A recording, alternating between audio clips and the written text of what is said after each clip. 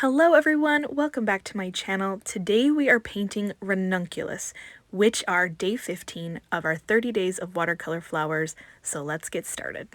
Ranunculus are kind of like roses, but they have more of a poppy petal shape and they have a lot more layers. Their center is more closed off, whereas a rose is open and tight and you can see the center. Ranunculus have these petals that kind of fold into itself in the center that close it off. So I want to create these bigger shapes in the middle that look more like petals laying on top of each other than the layering petals that we will see on the outside.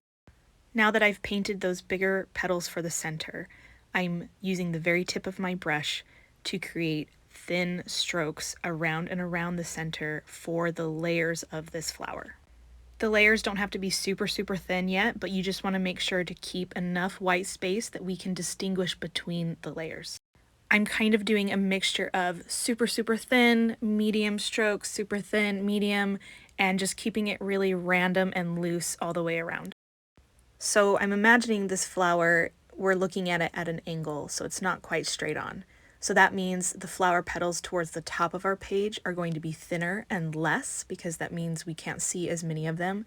And then the flower petals will become a little bit more full, and we're going to create more on the side of our paper that's closer to us. So as we're coming to the end of where the petals are on this ranunculus, the petals are getting more full, but again, not as full as a rose because they still hug closer to the flower and they will be thinner.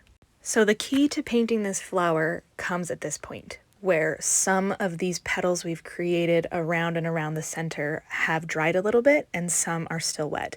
So we're taking a little bit of a darker pigment of pink and we're making now these very thin strokes to help us see more of the layering within the ranunculus. And the reason we want it a little bit wet, a little bit dry is because some of our lines we want crisp and harsh, but then some of our lines we want to blend in to the strokes that we've already created. Because if it was just around and around these really harsh lines, it wouldn't look great. It would look too harsh and not realistic. So if you get to an area where it's not wet anymore, and so your lines are too harsh, there's not enough blending, that's okay. All you have to do is get some water on your brush, go back to that stroke and kind of blend it out and smooth it out yourself. All of these strokes we're making with the very tip of our brush, they need to be curved and you need to vary the length. So some of them are longer, some of them are really short. Stagger them a little bit so they're not layered on top of each other. Anything to make it look loose and random and more organic.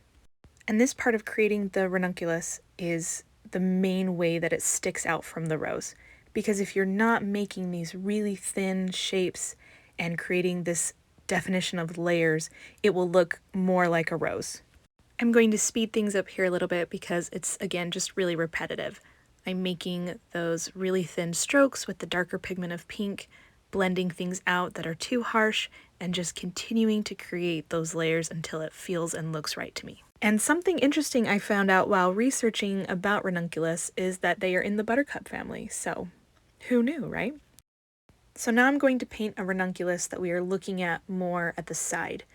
And because of this, we are not going to be seeing a lot of petals on the right side of our paper, and we're going to be creating the center and the petals around it in a longer, more oblong shape from top to bottom.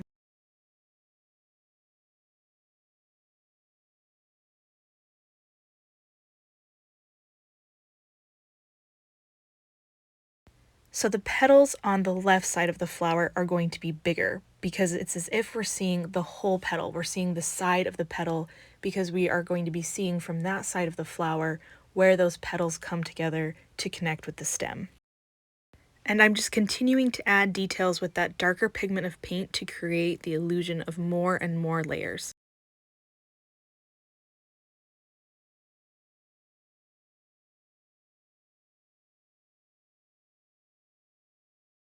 Now above these two ranunculus, I am creating a little bud, and I'm just using some strokes to make that really organic, keeping the top really jagged to have the illusion that there are petals layered together up at the top. And now I am starting on the greenery. So ranunculus have really thick, smooth stems, and I'm using a bright green. at first. Since we're looking at this ranunculus from an angle, you won't see much of the greenery that's coming off of it, but I wanted a hint of that coming out.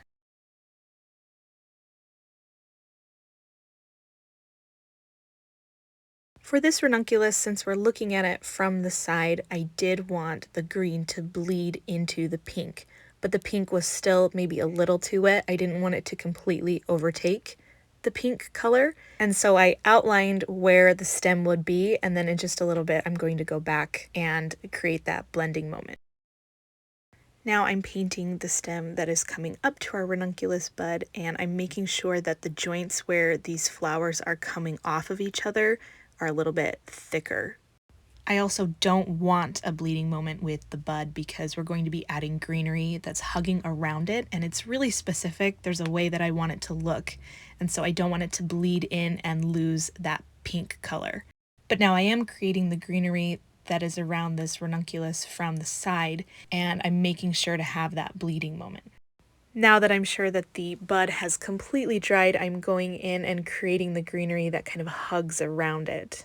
I'm keeping this really loose and organic and random, staggering the heights and making sure there's negative space in there as well. This will just make it look even more realistic. Now I'm going through with a darker pigment of green. It's kind of a bluish green mixed with my lighter green, and I'm adding detail and contrast. This is really important to add to stems because it really gives it depth instead of it looking super flat. We don't want it to be just one color. For the leaves, I wanted them to be really loose and wavy, really spontaneous and organic feeling, and so I'm doing these strokes that are kind of wiggly as I'm moving them down, using that two-stroke method while I leave white space in the center. At this point in the painting process, I'm also looking at my entire composition and trying to find awkward spaces or weird gaps. And if I feel like there's a space that needs something, greenery is usually the way to answer that. So staggering the leaves, making sure there's balance on the left side as well as the right side, making this leaf a little bit bigger and fuller to balance that out, adding the leaf at the top by the bud, adding the little random stem that was just underneath the ranunculus from the side. All of those things help balance the composition. And now we get to add the ranunculus to our watercolor flower guide, and I wanted to do a little bit more of an orangey pink to add that color to the guide. And that is it. Thank you for being here today while we painted the ranunculus flower. I really love this flower. I think it's a fun addition to the guide because it's kind of like the rose, but super unique. And I cannot believe we are halfway through. Today was day 15, and I will see you guys tomorrow for day 16. Bye.